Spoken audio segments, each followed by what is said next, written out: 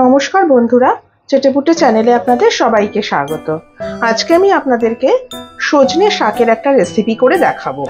সজনে শাক কিন্তু আমাদের শরীরের জন্য খুবই উপকারী। আমরা সজনে ডাঁটা খাই, যেটা সত্যি আমরা জানি খুব ভালো, কিন্তু সজনে শাকও কিন্তু আমাদের জন্য খুব ভালো।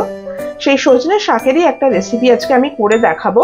গরমের জন্য ভীষণই উপকারী, আর গরমকালে খেতে কিন্তু খুব ভালো লাগে। এই সজনে শাকটা বানাবার জন্য আমি এখানে খুব কচি সজনে পাতা নিয়েছি। এগুলো ডাঁটার মধ্যেই রয়েছে। যেগুলো বেশি কচি সেগুলো আমি ডাঁটা শুদ্ধই নেব, বাকিগুলো আমি ডাঁটা থেকে ছাড়িয়ে শুধু পাতাগুলো নিয়ে নেব। এখানে রয়েছে একটা মিডিয়াম সাইজের পেঁয়াজ আমি কুচিয়ে রেখেছি, একটা ছোট আলু আমি কুচিয়ে রেখেছি, আর রয়েছে 5 কোয়া রসুন, যেটাকে আমি একটু থেতো করে ফোড়নে দেব। আর আমি দেব একটু বড়িটাকে আমি আগে ভেজে রেখে দেবো, পরে আমি শাকটা হয়ে গেলে আমি মিশিয়ে দেব। আর ফোড়নের জন্য আমি কালো জিরা আর শুকনো লঙ্কা ব্যবহার করব। ব্যাস, এতেই আমার কিন্তু শাকটা পুরো রেডি হয়ে যাবে। আর গরম ভাতের সাথে কিন্তু সত্যিই খুব সুস্বাদু এই শাকের পদ। তাহলে চলুন রেসিপিটা এবার আমি শুরু করছি। দেখুন, আমি হিটে একটা কড়াই বসিয়ে দিয়েছি। এখানে আমি 1.5 টেবিল চামচ সর্ষের তেল গরম করেছি। প্রথমে আমি বড়িটাকে এই তেলের মধ্যে একটু ভেজে নিচ্ছি। বড়ি যদি আপনারা দিতে না চান, সেক্ষেত্রে কিন্তু চিনে বাদাম ভেজেও কিন্তু দিতে পারেন, সেটাও খুব ভালো হয়।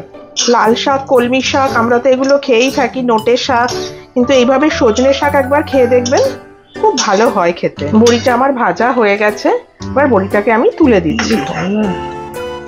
এবারে আমি তেলের মধ্যে ফোড়ন দিয়ে দিচ্ছি। প্রথমে আমি দিচ্ছি 1/2 টিস্পুন মতো কালো জিরে, এর সাথে একটা শুকনো লঙ্কাকে আমি ফাটিয়ে দিয়ে দিলাম, আর দিচ্ছি যে 5 কোয়া রসুন আমি রেখেছিলাম, সেটাকে থেতো করে আমি দিয়ে দিলাম।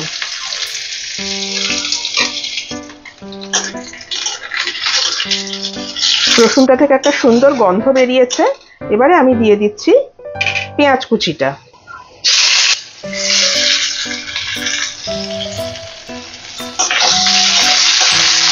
এটা হতে হতে এবার আমি আলুটাও দিয়ে দিচ্ছি। গ্যাসের ফ্লেমটাকে আমি মিডিয়ামে করে দিয়েছি। এবারে আমি দিয়ে দিচ্ছি স্বাদ মতো নুন, আর দিচ্ছি হলুদ গুঁড়ো।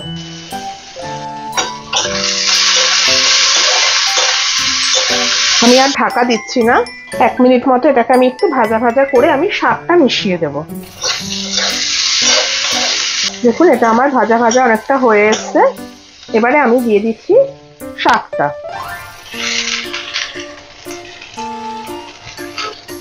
ভালো করে এবার মিশিয়ে দিচ্ছি। আমি আগে যেহেতু নুনটা দিয়ে দিলাম, সেজন্য কিন্তু আর আমি নুন দেব না। শাক এমনিতেই রান্না হলে দেখবেন একটু কমে যায়, নুনটা কিন্তু সেক্ষেত্রে বেশি হয়ে যায়।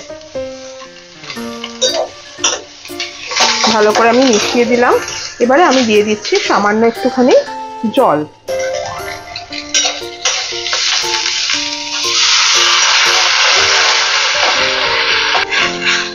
শাকটাও ভালো করে সেদ্ধ হয়ে যাবে, আলুটাও সেদ্ধ হয়ে যাবে।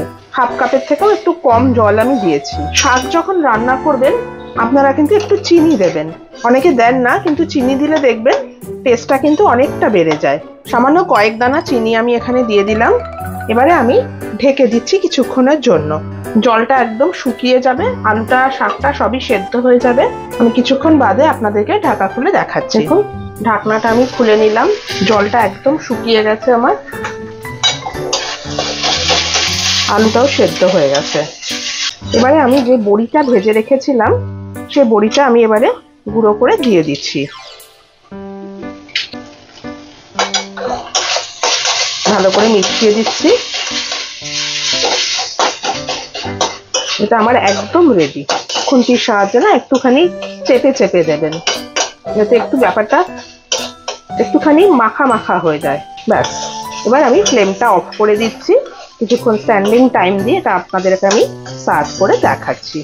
দেখুন, আমি শাকটাকে এভাবে সার্ভ করেছি। এটা আপনারা বানিয়ে কিন্তু গরম ভাতের সাথে খাবেন, সত্যিই খুব ভালো হয়। এটা বাড়িতে একবার অন্তত ট্রাই করবেন, আমার অনুরোধ রইল আপনাদের কাছে। আমার এই ভিডিওটা যদি আপনাদের পছন্দ হয়ে থাকে, তাহলে অবশ্যই একটি লাইক করবেন।